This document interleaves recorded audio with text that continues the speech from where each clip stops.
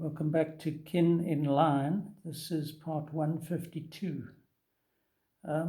Here we start with a Hardy-Daw ibis. You might have heard during my making of some of these videos the very raucous call of the Hardy-Daw. I think it got its name from that call. As they sort of land or take off or do anything, they sort of shout insults at you. Anyway, this wasn't done from life, but I did it, I think, for some little project I had planned, which never really came to fruition. But I'm thinking now I must actually try and sketch some from life, because they're often in the garden, they sort of use that long bill to dig around in the grass, in the soil, get some tasty morsels and then defecate on the lawn. So that's one in flight. Quite a big bird. Yeah, very big actually. It's amazing, and there's so many of them. They're all over southern Africa. That's him again. The size, really, the weight of a fowl, I would say. Normal domestic chicken.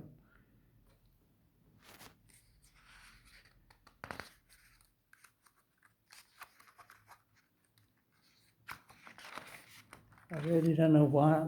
I did these just from photographs, and I did a few more of our indigenous birds. Actually, I can use these. So this is the lesser double-collared, or maybe the greater double-collared sunbird. Very distinct from the hummingbird, which is America boasts about this bird that hovers in the air as it sucks nectar. So these don't hover, but they are great nectar-loving birds with that thin bill. And there's about 6 or 8, I think, species of sunbird in South Africa. And this is a little Cape sparrow, slightly larger than the house sparrow, which is the English one. And some house sparrows were brought out by the settlers, British settlers, and can be seen in South Africa. So I did a book called Conversations, a South African discourse, which I self-published, and this was a mock-up for the cover. Let's see if we can make some sense of. Oh, and as you can see, my old technique, you've got two faces interfacing, black and white. That's been my whole theme for a lot of drawings. And so I wanted to get one that would be usable for the cover. This is just a little bit of. So I think I used the rest of this book to explore that concept.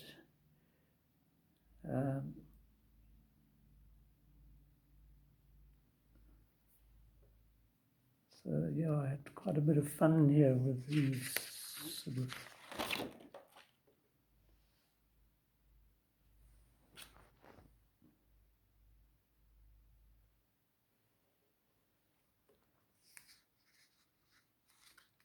Very tricky to turn these damn pages.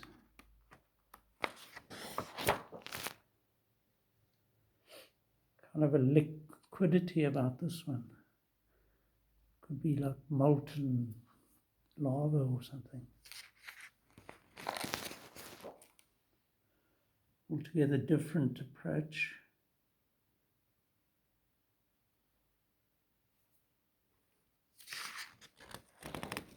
And another one.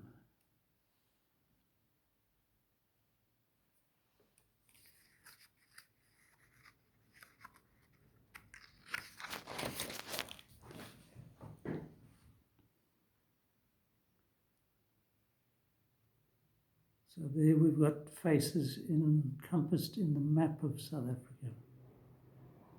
And here just a sort of a semi-abstract female figure.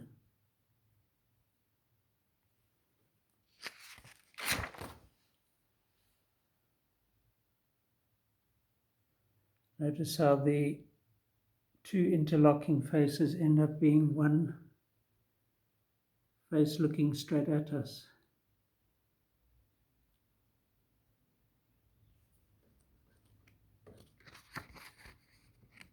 I think this was the one I ended up using on the cover.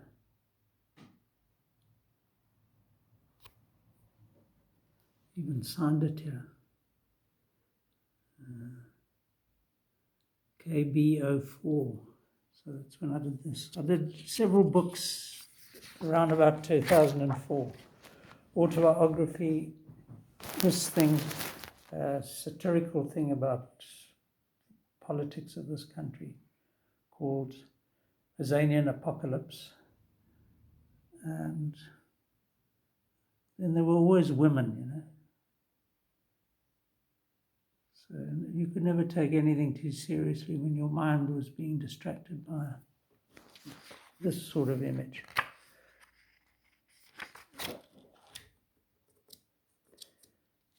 Or a blank canvas. I think this is just my kids having fun, trying to emulate their father's bizarre stuff. Astronomers have long disparaged astrologers for their lack of pure scientific something. But the area of cosmology, and especially the organs, too much for me on a day like this. Okay, so we're near Graaff-Reinet in the Karoo is New Bethesda. Interesting little hamlet in the mountains where Helen Martins was what they call an outsider artist. Untrained, she was a recluse, and together with some of the indigenous so-called colored people, she created a garden full and a house full of eccentric little statues and sculptures, reflective mirror, glass covered walls, you know, ceramics. It's just got everything. It's the Owl House. It's known as the Owl House, and yeah, it's quite a thing. So I did a few sketches there when we visited. If I can just get this damn thing to turn.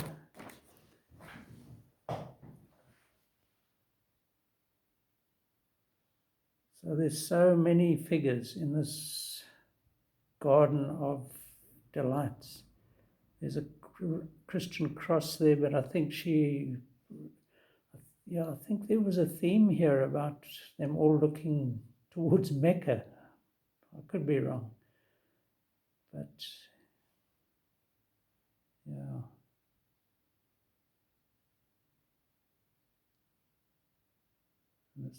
There was a lot of bottles were used, like empty beer bottles. And here there's an owl sitting on an arch kind of thing. There's some little meerkats or something. And this figure walking here on the left. Yeah, this is certainly worth seeing if anybody's interested in just totally eccentric art-loving person, that's her. And then nearby we went to a farm, Varsvlei was it, I think, which means fresh flay. I don't know. Anyway, poplar trees are common in the Karoo, also brought out by the settlers, I suppose. But it makes a nice, it offsets this sort of stark landscape. So there's always trees in the little valleys, because the river, when it rains in the Karoo, it pours, you know. And so you get quite lush vegetation alongside the rivers. But for the rest, it's scrub, real Karoo scrub. Attractive in its own way, though. And inevitably, of course, a horse done in classic kin style, full of life, not necessarily a total replica of what a horse looks like. And you get these sisal plants in the Karoo. I think they're also imported from South America somewhere. There's the back of a horse in the foreground. And the famous Karoo koppies. Hard to get this whole thing in focus, of course.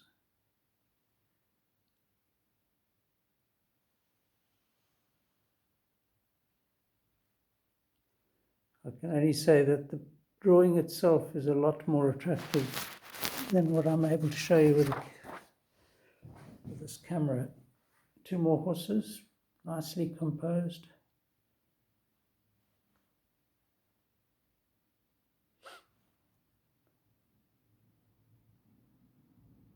Again, here it's all about the line. I can't stress enough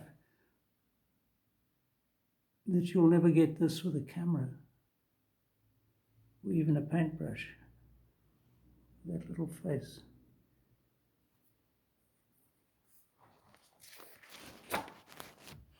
And this was I think this has a Van Gogh sort of quality. I like to think that. Sort of bare trees in winter, and this path heading towards a gate. If only I had Van Gogh's skill at painting, I could have made this into a wonderful painting.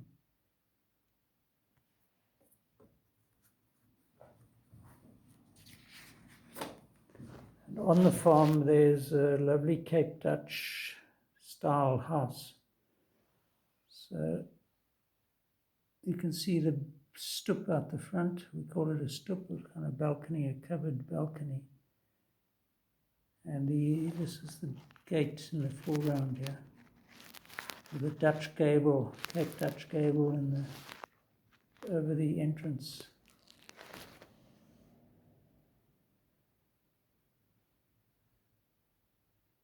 Again, a subtle drawing. This isn't shouting at you, it's just... On that farm, we had some pigs, E-I-E-I-O. Forgotten I'd done this. It's quite a sweet. Actually had a few piglets suckling on it.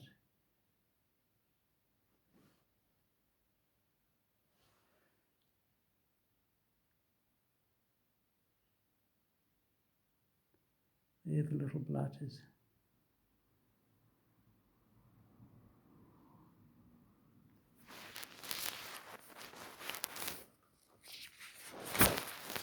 And here's a composite.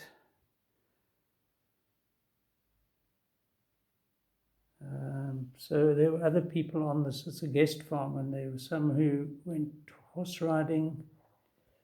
There was a garage or this outbuilding with the same gable over it.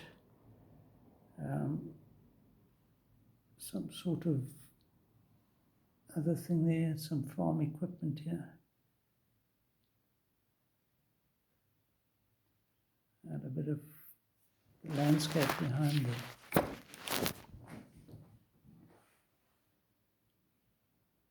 So on a Karoo farm, you can go anywhere and it'll be scenic, Koppie in the background there, just sticking out through these trees and fence posts, and one lying here. I like this koppie.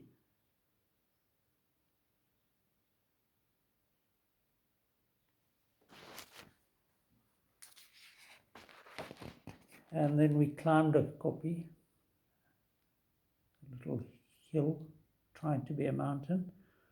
I think that's my wife, Robin, who was always a couple of 100 meters ahead of me.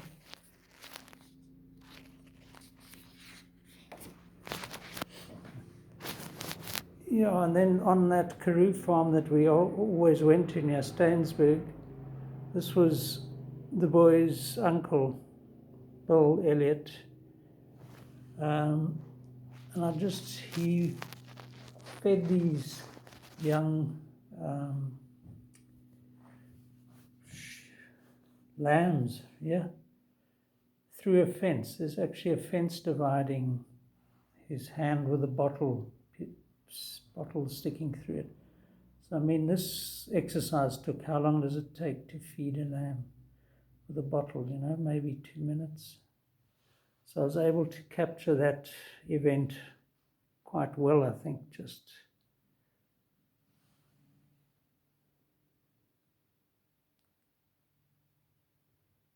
a few lines full of life.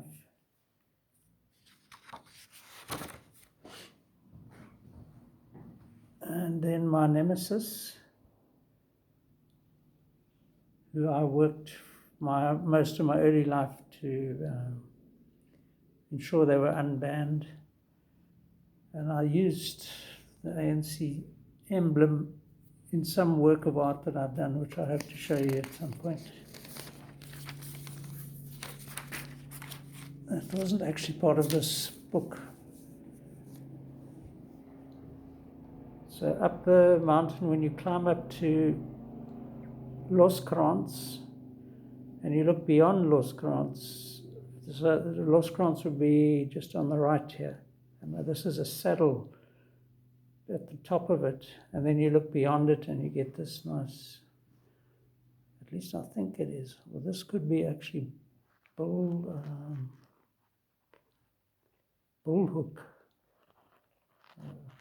Yeah, I think it is Bullhoek. Anyway, lovely characterful. Yeah, this is Bullhoek. Bull being a bull. And there's a mast on top there. You can just see a communications mast. And of course, the landscape goes on forever.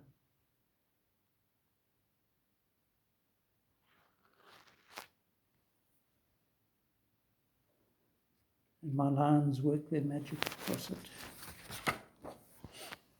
Don't recall doing this, but this is quite a startling sunrise or sunset type drawing. Forgotten all about this. So obviously the hills are fairly silhouetted in the foreground as that sun just tucks its way behind the clouds or rises up into them. Not sure.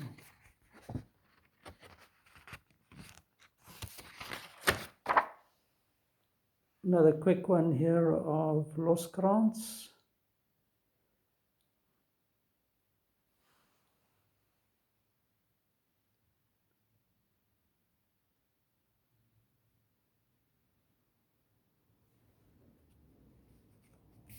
That could do with a bit of watercoloring.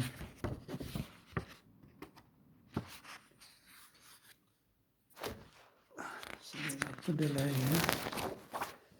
And then there's a view across the dam. Sorry, my time is running out here. I better just make this the last one. So you can see the reflections in that water and it ripples. And this was looking west.